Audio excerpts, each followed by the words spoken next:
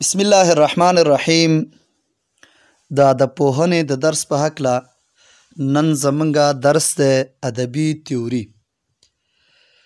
ادبي تیوري او د ادبي د تیوري ارزښت، اهمیت او دندو په هکله باندې بحث کوو. لکه څنګه چې مخکې ولوستل شول چې ادب پوهنې اساسي څانګې درې دي: ادبي تیوري ده، ادبي تاریخ دی او ادبي کره ده. نو نن یې د ادبي تیوري د تعریف، د هغې ارزښت او د وظیفو په هکله بحث کوو. مخکې له دې نه چې د ټولنیزو علومو د یوې څانګې په توګه باندې ادبي تیوري د رامنځته کېدو او د هغې د تاریخ د پرمختګ او په هکله بحث وکړو، نو اول ادبي تیوري پیژنو. ادبي تیوري هغه علم او پوهه ده چې د ادبي اثارو د ټولنیز ماهیت، ځانګړنې او د ادب د ودې او انکشاف قوانین تر مطالعې او څېړنې لاندې نیسي. یا په بل ډول ادبي تیوري د ادب پوهنې ستره اساسي څانګه ده، یوه لویه بنیادي اصلي او سیاسي څانګه ده چې د ادب ټولنیز ارزښتونه، د ادب د پراختیا د ټاکلو پړاوونه، مرحلې، د ودې او انکشاف تاریخي عنعنه یا رواجونه، د ادبي اثارو اساسي فورم او نورې ځانګړنې تر څېړنې لاندې نیسي او د ادبي موادو د څېړنو لپاره عمومي لارې او اصول ټاکي. یعنې د ادبي تیورۍ په وسیله باندې موږ د ادب څېړنې لپاره عمومي لارې او اصول معلومولی شو. یا په لنډ ډول یې داسې هم تعریف کولی شو چې ادبي تیوري د ادب د بېلابېلو برخو د مسایلو په هکله د نظریاتو مجموعه ده. ادبي تیوري د ادب د بېلابېلو برخو او مسایلو په هکله د نظریاتو مجموعه او ټولنه ده. په عامه توګه باندې په ادبي تیوري کې د ټولنپوهنې د علمي قوانینو له مخې د ادب او ټولنې ترمنځ اړیکې، د ادبیاتو د پیدایښت د عواملو، د ادبي مکتبونو، میتودونو او سبکونو، ادبي فنونو په ادبیاتو کې د شکل او مضمون او داسې نورو بېلابېلو ادبي انواعو په هکله باندې بحث او څېړنه کوي. راځو د اهمیت څه شی دی، ارزښت یې څه شی دی او کومه وظیفه لري. ادب پوهان په دې باور دي چې ادبي تیوري د هر هغه چا لپاره چې ادبیات زده کول غواړي، ادبیات مطالعه کول غواړي، ډېر لوی ارزښت او اهمیت لري. هر لیکوال او شاعر یا هر هغه لیکوالان او شاعران چې د ادبیاتو د زده کوونکو په ډله کې ځان شماري، نو د دوی دپاره ادبي تیوري ډېره مهمه او ضروري ده. لیکوالان او شاعران هم د ادبیاتو د زده کوونکو او ښوونکو په ډله کې راځي. دوی د ادبیاتو او ټولنیز چاپیریال ترمنځ د اړیکو او پیوندونو له پیژندنې او په ادبیاتو کې د شکل او محتوا له پیوند او تړون، په ادبیاتو کې د نوښتونو د رامنځته کولو، شکل جوړولو، ټیپ او کرکټر جوړولو او داسې نورو په لسګونو مسایلو سره له اشنایۍ او بلدتیا پرته نشي کولی چې خپل هنر ته سالمه وده او پرمختیا ورکړي او د دې شاعرۍ او لیکوالۍ په ډګر کې غوره بریالیتوبونه یا کامیابي ترلاسه کړي. اکاډمیسن روحي د ادبي تیوري د ارزښت او اهمیت په اړه لیکي. هغه وایي چې ادبي تیوري ارزښت او اهمیت په دې کې دی چې هغه نه یوازې موږ ته له واقعي نړۍ څخه د انسان د استیټیکي یعنې ښکلاییز درک او په خاصه توګه د ادبیاتو د تکامل، د قوانینو او د ادبي خلاقیت په باره کې معلومات راکوي، بلکې موږ ته د دې امکانات هم را په برخه کوي چې له ادبیاتو څخه د ټولنې د تغییر او بدلون لپاره هم ګټه واخلو او ادبیات د ټولنیز پرمختګ او د خلکو د ښکلاییز اړتیاو د پوره کولو لپاره په کار واچوو. یو کتاب دی ادبي هڅې. د هغې لیکوال د ادبي د تیوري د ارزښت او اهمیت په اړه یو مفصل بحث کوي چې دلته یو څه برخه راخلو. چرنش فیسکي وایي کوم فن چې ادبي تیوري ونه لري، هر هغه فن هنر چې ادبي تیوري ونه لري هغه تاریخ هم نه لري.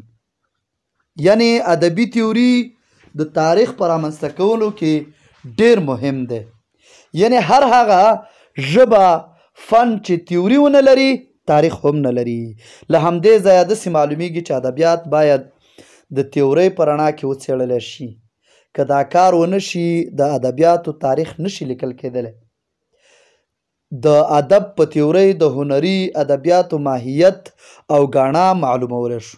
یعنی د ادب په تیورۍ باندې موږ دا کولی شو چې د ادب د هنري ادبیاتو اهمیت او زیورات ګاڼه معلومولی شو. د ادب تیوري د هنري اثارو د څېړنې میتودونه چمتو او تیاروي او دغه ادبیاتو د تحلیل او تجزیې پرنسپونه ټاکي او ارزښت یې تعینوي. هغه قوانین را زده کوي چې د بدیعي ادبیاتو د انکشاف ور باندې منځته راځي. د ادب تیوري د هنري ادبیاتو ټولنیز رول او ماهیت، ځانګړتیاوې او څرنګوالی او د ودې قانونمندي څیړي.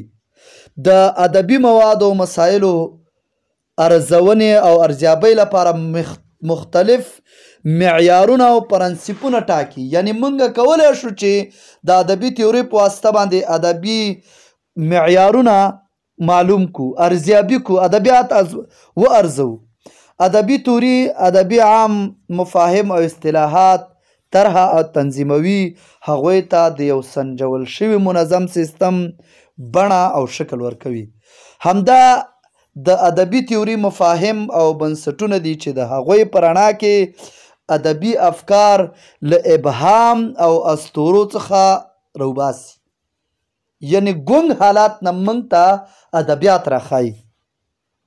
ادب پوهان وایي چې ادبي تیوري په واقعیت کې د ادب فلسفه ده.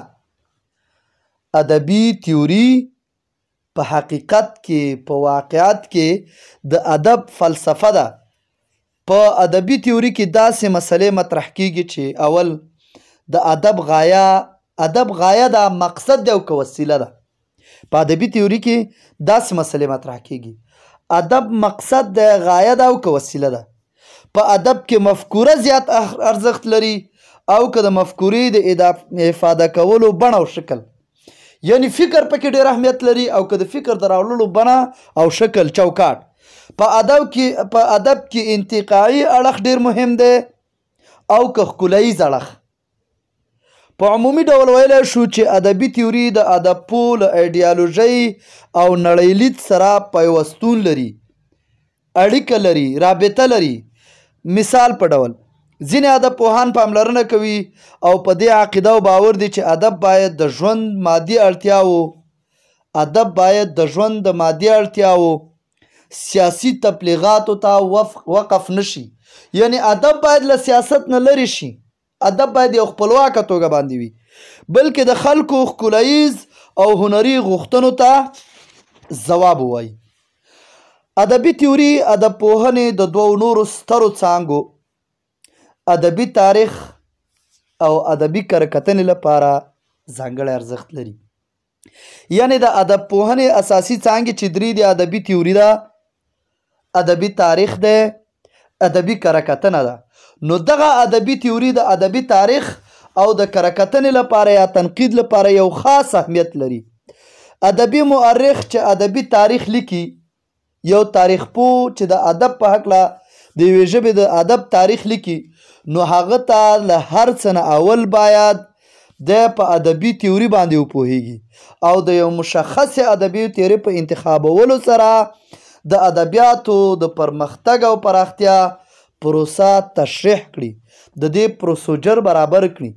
که چیرې ادبي مورخ په څېړنه کې تناقض او بېنظمي ولیدل شي، د یو ادبي تاریخ د ده په یو څېړنه کې نیمګړتیا ولیدله شوه، بېنظمي ولیدله شوه، نو دا به یا به داسې وي چې سمه تیوري نه ده انتخاب کړې، یعنی سم انتخاب یې نه دی کړی، او یا به یې لامل دا وي چې تیوري یې سمه ده خو ده په سمه توګه باندې تطبیق کړې او عملي کړې نه ده.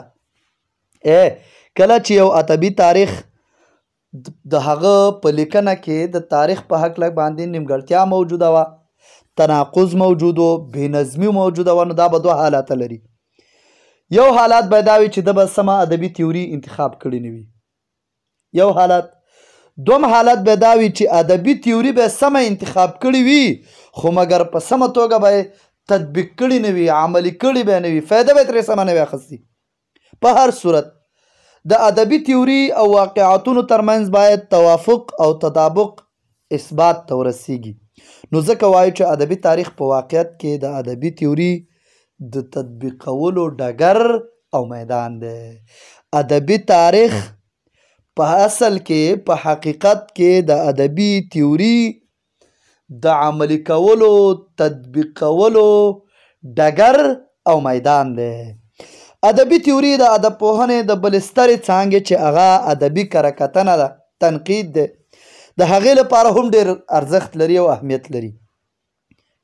او هغه دا چې لکه څنګه چې دا معلومه ده ادبي کره کتونکي ته له هر څه نه مخکې د ادب په تیورۍ باندې پوهېدنه لازمه او اړینه ده.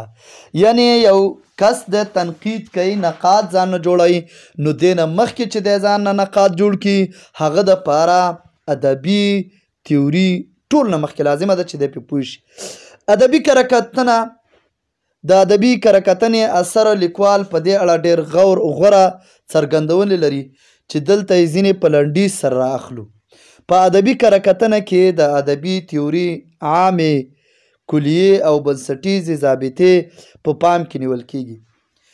له بلې خوا ادبي تیوري د ادب پوهنې د نورو څانګو په ځانګړي ډول د کره کتنې تیوري او ادبي تاریخ تیوري هم احتوا کوي، سره له دې چې په عامه توګه د دغې هرې څانګې خپل تشخیص او توپیر ښکاره دی. خو لکه څرنګه چې په عمل کې لیدل کیږي ادبي تیوري تصور بې له ادبي کره کتنې او د هغې بې له ادبي تیورۍ څخه پرته ناشونې بریښي. د ادبي کره کتنې تیوري او بیا په ځانګړي ډول عملي ادبي کره کتنه د عامې ادبي تیورۍ د اصولو په بنا تثبیتیږي او له همدې امله بېلابېلې تیورۍ او عملي طریقې لري. په عام ډول باندې داسې ویلی شو چې ادبي کره کتونکی چې کله د یو ادبي اثر ارزونه کوي، په هغې تنقید کوي، ښېګڼې او منفي اړخونه یې سره معلوموي، ارزونه یې کوي، د ارزونې معیارونه یې له ادبي تیورۍ څخه ترلاسه کوي. ادبي تیوري په واقعیت کې د ادب فلسفه ده. د توجه نه مو ډیره مننه. که چا زموږ د یوټیوب چینل نوي سبسکرایب کړی نو د یوټیوب چینل در سره هم سبسکرایب